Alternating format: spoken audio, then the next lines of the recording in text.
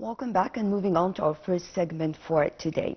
Well, upon a meeting held between head of Iraq's National Wisdom Movement, Ammar al-Hakim, and President Abdel Fattah al-Sisi. Well, during this meeting, many important files were discussed related to the region. And of course, talking about the current situation in Gaza and how it is of crucial importance to abide by all measures and steps followed for the exchange of the hostages and prisoners between Israel and Gaza, and of course talking about the ceasefire, which is of course very, very important. So over the phone we have with us Ambassador Sou'ad Shalaby, former Assistant Foreign Minister. Hello. Hello, good morning. Good morning. So first of all, can we shed the light or interpret the speech that was delivered by President Abdel Fattah al-Sisi in this respect? Yes, of course, this is the first visit of the Iraqi leader. Al-Hakim, Ammar al-Hakim is the leader of the National Wisdom Party in Iraq, and he and President Sisi had a meeting, and they both rejected the proposal, of course, of displacing the Palestinian people. They rejected the liquidating of the Palestinian cause. And they both agreed that this is a threat to the regional security. So the visit of the Iraqi leader was a momentum to prove that also the Iraqis, the Iraqi people, and the leaders in Iraq and the Iraqi government are in agreement with the same stages that the Egyptians and the or Jordanians have agreed upon. Well, the exchange of prisoners and detainees is one of the main components of this ceasefire agreement. So what kind of challenges we might face in this respect, and how to guarantee the continuation of the whole aspect or movement? Well, as we all know that the agreement has been staged by both the United States, Israel, Qatar, Egypt. So the four members of the committee of the ceasefire, of how to stop the war, they have been taking long discussions until they reach the three stages that has to be taken. First of all, the Gaza ceasefire agreement, and number two is the facilitation of the prisoners' detainees exchange. Number three is the delivering of the humanitarian aid to Gaza. And of course, there are a lot of challenges in this in the ceasefire agreement that in performing the three stages. And we have seen how it was so difficult, and how the Israeli government is playing with the three stages. Sometimes they close the borders, sometimes they stop the detainees from the exchange. They don't want to release the prisoners, the Palestinian prisoners. So it is a problem, and Egypt and Qatar have been pushing in order to fulfill the ceasefire stages until all the prisoners are released, and all the detainees have been released. So we can say that the mediators in this respect, they need to work very hard to assure the continuation of the whole process, because any break in this might affect the whole ceasefire in general, right? Yes, yes, of course, of course. So, talking also about the reconstruction in Gaza, and we know that Egypt came out with an important plan for the reconstruction in Gaza, and we're talking about the support of the whole world to this, to build Gaza or to rebuild Gaza. Meanwhile, the Palestinians or people in Gaza will remain inside their own country. Yes, of course, it is a crime against humanity to ask the Palestinians to leave their country and not to be able to go back to their homes. So the Egyptian vision of reconstruction is not only reconstruction; it's a comprehensive plan in order to all the Palestinians, whether they are in Gaza or in the West Bank, to return and also to decide their own future. This is the time that the Palestinians have to decide what is the next day after the war, how are they going to be ruled, who is going to take over, is it the Palestinian Authority or Hamas, or who is going to take over.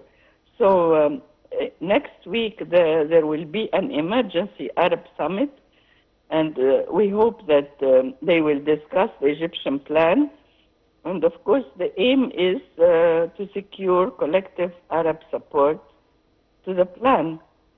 So it's a very important decision to be taken during the Arab summit. And after 15 months of Israeli genocide war in Gaza, it is time to take a decision to stop the war and also to reconstruct Gaza and have the Palestinians the right to self-determination and to have their own state. But of course, there are going to have, or definitely, there will be many challenges again, because talking about reconstruction, we have many obstacles actually. So how can we overcome, or how can we work all of us together in order to be able to move forward and to start such a plan? Yes,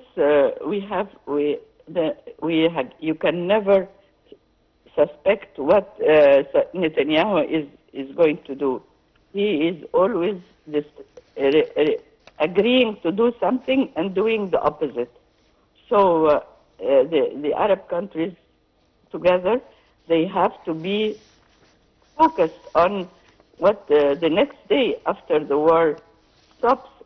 The post-war reconstruction and the conflict resolution have to be in stages, and Egypt is going to help in reconstruction and is going to help in opening the borders and allowing the humanitarian aid to reach, because people are dying even now after the ceasefire. So there has to be a plan for returning of the refugees and the displaced. Even if Israel is not accepting, we have to ask the international community to allow the plan to be executed and implemented, and in order to have the presence of the Palestinian people and their ownership of the land and ownership of their country and ownership to rule, to choose who to rule their country. So talking about the international community and how we can take benefit, now the whole world is supporting Gaza and supporting people in Gaza. So how can we take benefit of this to carry out with our plan to reconstruct Gaza, especially that when we talk about this reconstruction, we're talking about the sustainability as well? I think the emergency Arab summit will be the upcoming one. Will take decisions, and there will be missions going all over the world to discuss how the plan is going to take place, and to convince the Arab, to convince the Western leaders and the United States of how much the Arabs can take decisions, and they can do a post-war reconstruction, and they can they are able to help the Palestinians in order to self-determination, in order to take their own rights in their own hands, and to formulate the new Palestinian state, which is going to be side by side with Israel.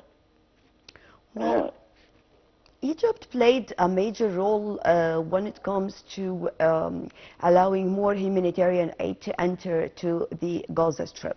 So how can we work more and more to guarantee the entrance of more humanitarian aid and medical supplies and all kinds of support to enter safely and reach all of the Palestinians inside? Yes, our our policy is to, of course, to have regional security and stability, and this will not happen if the Palestinians are not returning to their homes.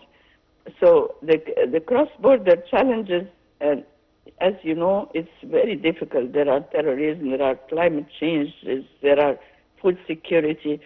So in order to apply all these, in order to face all these challenges in the borders, Egypt needs to release, to free the borders from any control from the Israelis, in order to be able to move the fuel, to move even the reconstruction material, which is going to be needed. So there has to be decisions taken by the Arab Summit in order to force the Israelis, in order to open the borders more and allow more humanitarian aid to those who are suffering in Gaza, because they are almost in a prison and not receiving any fuel or any food or any water.